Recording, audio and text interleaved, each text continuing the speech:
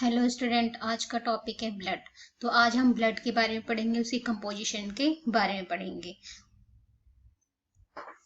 तो सबसे पहले blood is a connective fluid tissue. So it is approximately 8% of adult body weight in made up of blood.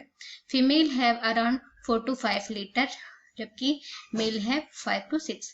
मतलब जो हमारा जो ब्लड है ये कनेक्टिव टिश्यू है, फ्लूइड के फॉर्म में जो हमारी बॉडी में फ्लो करता है। और इसमें 7 to 8% जो बॉडी का वेट होता है वो ब्लड का ही होता है। और हाँ, फीमेल में ये 4 to 5 लीटर प्रेजेंट होता है, और जो मेल में ये 5 to 6 लीटर ही प्रेजेंट होता है। ये कह लीजिए कि मेल में फीमेल के कंपैरिजन ब्लड ज्यादा होता है। इसका जो टेम्परेचर होता है 38 डिग्री सेल्सियस के अराउंड होता है। और इसका जो पीएच है वो 7.35 से लेकर 7.545 तक मेजर किया गया है। इट इज स्लाइटली बेसिकली होता है, क्योंकि जो होल ब्लड है वो 4.5 to 5.5 जो टाइम्स है वो विस्कस वाटर का होता है, जो इंडिकेट करता है more resistant to flow than water. Viscosity is the vital to the function of blood, because if blood flow too easily या विथ टू मच रेजिस्टेंस। इसका मतलब है अगर विस्कोसिटी की ही वजह से जो हमारा जो ब्लड है वो इजली फ्लो हो जाता है, जिसकी वजह से इसमें बहुत ज्यादा रेजिस्टेंस की जरूरत होती है, और ये it can strain the heart and lead to severe cardiovascular problem. ठीक है, तो अगर विस्कोसिटी जो है ब्लड का वाइटल है, अगर इसमें किसी भी तरह की रुकावट होगी तो उसकी वजह से कार्डियोवास्कुलर प्रॉब्लम होने के चांसेस होते हैं। Blood in artery is a bright red then blood in vein because of higher level of oxygen. जो ब्लड आर्टरीज में फ्लो होता है वो रेड कलर का सबसे ज्यादा होता है, क्योंकि वो ऑक्सीडेटेड ब्लड होता है, जबकि वेन्स में डीऑक्सीजनेटेड ब्लड प्रेजेंट होता है।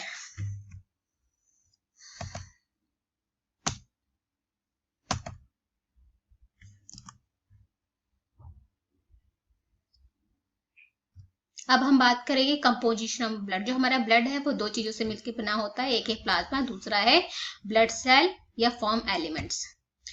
इस स्लाइड में हम पढ़ेंगे कि ब्लड की जनरल प्रॉपर्टीज क्या है। तो उसका जो फ्रैक्शन वेट होता है वो 8% होता है। वॉल्यूम फीमेल में 4 to 5 लीटर और मेल में 5 to 6 लीटर, जैसे हम पहले पढ़ चुके हैं। और इसका जो टेम्परेचर होता है 38 डिग्री सेल्सियस के अराउंड होता है। पीएच 7.345 से लेकर 7.45 तक होता है। विस्कोसिटी होल ब्लड की 4.5 से 5.5 तक होती है, जबकि प्लाज्मा की 2 होते हैं। और स्मॉलिटी 280 to 300 होती है, ऑस्मोलिटी पर लीटर।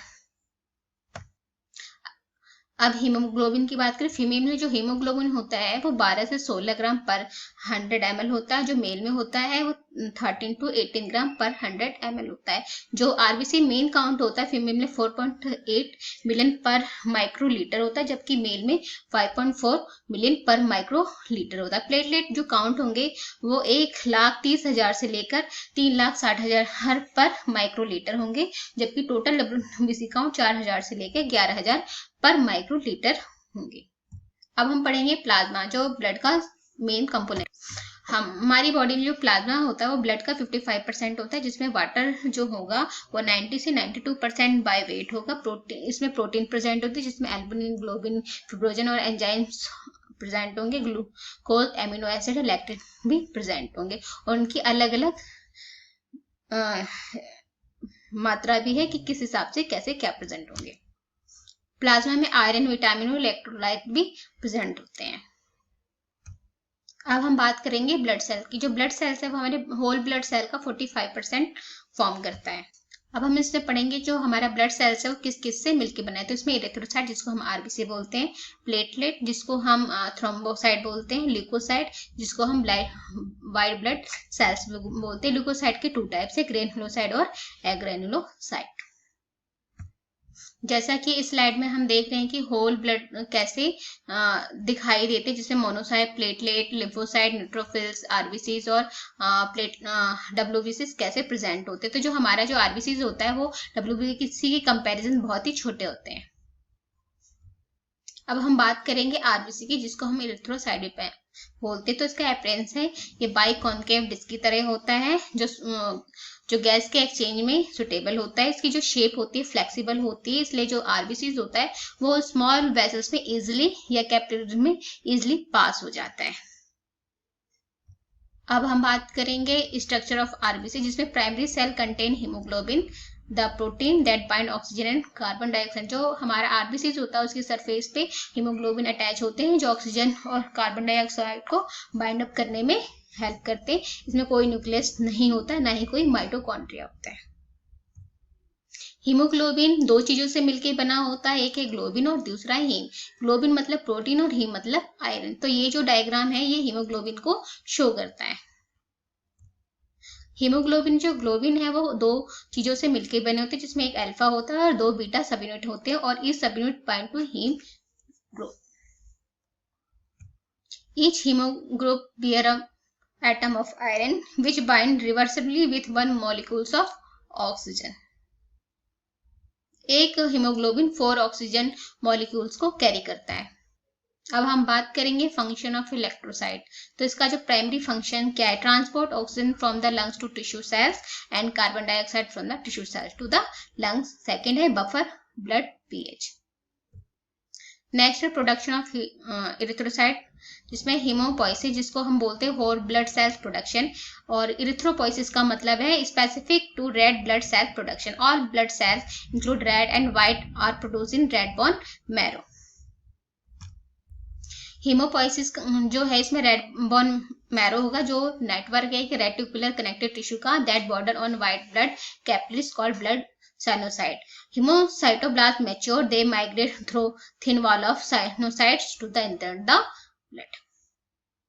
अब हम बात करेंगे erythropoiesis. Erythrocyte are produce throughout whole life to replace dead sales.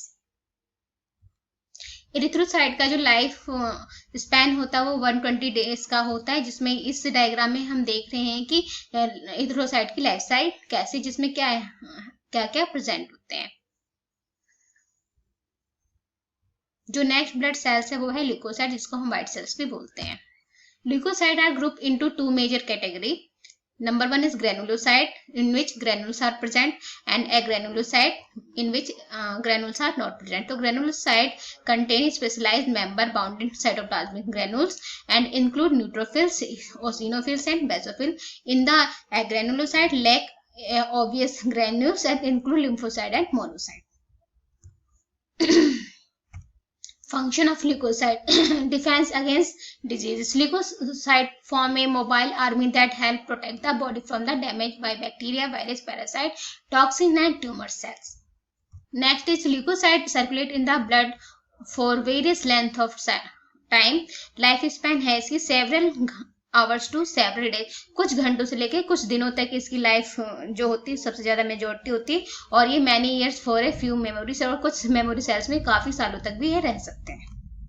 अब हम बात करेंगे न्यूट्रोफिल्स। न्यूट्रोफिल्स जो है वो 40 से 70% RWBC का पार्ट होते हैं, जिसमें न्यूक्लियस मल्टीलोब होता है। Duration of development 6 to 9 days होती है। जो इसकी लाइफ स्पैन है वो 6 घंटे से कुछ दिनों के लिए होते हैं। उसका जो फंक्शन होता है वो फैगोसाइटिस बैक्टीरिया होता है। अब हम बात करते हैं ओजिनोफिल्स के। ओजिनोफिल्स जो होता है वो WBC का 1% से लेके 4% तक का इन्वॉल्व होता है। इसका न्यूक्लियस जो है बाइलोब होता है। डेवलप टाइम जो है इसका 6 to 9 डेज होता है। इसकी लाइफ स्पैन 8 to 12 डेज होती है। इसका जो फंक्शन होता है किल पैरासिटिक वर्म होगी, destroy antigen antibody complexes and inactivate some inflammatory chemical of energy. अब है बेसोफिल। बेसोफिल जो होगा वो 0.5% WBC को फॉर्म करेगा, जिसमें न्यूक्लियस लोब होगी। इसका जो डेवलपमेंट टाइम है 3 to 7 डेज होगा। इसका लाइफ स्पैन कुछ घंटों से लेकर कुछ दिनों तक होता है, और इसका जो फंक्शन है release histamine and other mediator of inflammation and contain heparin and anticoagulant. अब हम बात करेंगे लिम्फोसाइट की। लिम्फोसाइट जो होता है उसमें T सेल और B सेल इन्वॉल्व होती है, जो 20 से 45% WBC के पार्ट को कंप्लीट करती है। इसमें न्यूक्लियस जो होगा वो स्पेरिकल है, इंडेंट होगा। इसका जो डेवलपमेंट टाइम है कुछ दिनों से लेके कुछ वीक तक का होगा। लाइफ स्पैन इसका कुछ घंटों से लेके सालों तक भी हो सकता है। इसका जो मेन फंक्शन होता है वो mount immune response by direct cell attack या वाया एंटीबॉडीज। अब है मोनोसाइट्स। मोनोसाइट जो होता है 4% to 8% इसका रोल होता है WBC में। इसका जो न्यूक्लियस होता है वो यू शेप का होता है। डेवलपमेंट टाइम इसका 2 to 3 डेज होगा। लाइफ स्पैन मंथ्स, कई मंथ हो सकते हैं। इसका जो मेन फंक्शन होता है phagocytosis and develop into microphages in tissue से। अब हम बात करेंगे थर्ड ब्लड सेल्स की, जिसको हम प्लेटलेट कहते हैं और इसका दूसरा नाम थ्रोम्बोसाइट्स भी है। तो platelet are not cell but cytoplasmic fragment of extraordinary large cell called megakaryocytes. Normal platelet जो काउंट होता है 1,30,000 से लेकर 4 लाख पर माइक्रोलीटर तक हो सकते हैं।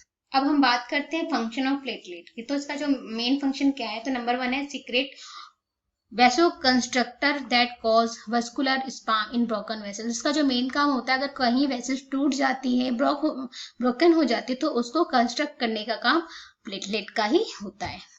सेकेंड है form temporary platelet plug to stop bleeding. अगर ब्लीडिंग है तो उसको टेम्परेरी स्टॉप करने के लिए प्लेटलेट वहां प्लग कोर्स कर देती है, जिसकी वजह से ब्लीडिंग रुक जाती है। थर्ड है secrete chemical that attract neutrophils and monocyte to site of इन्फ्लामेशंस।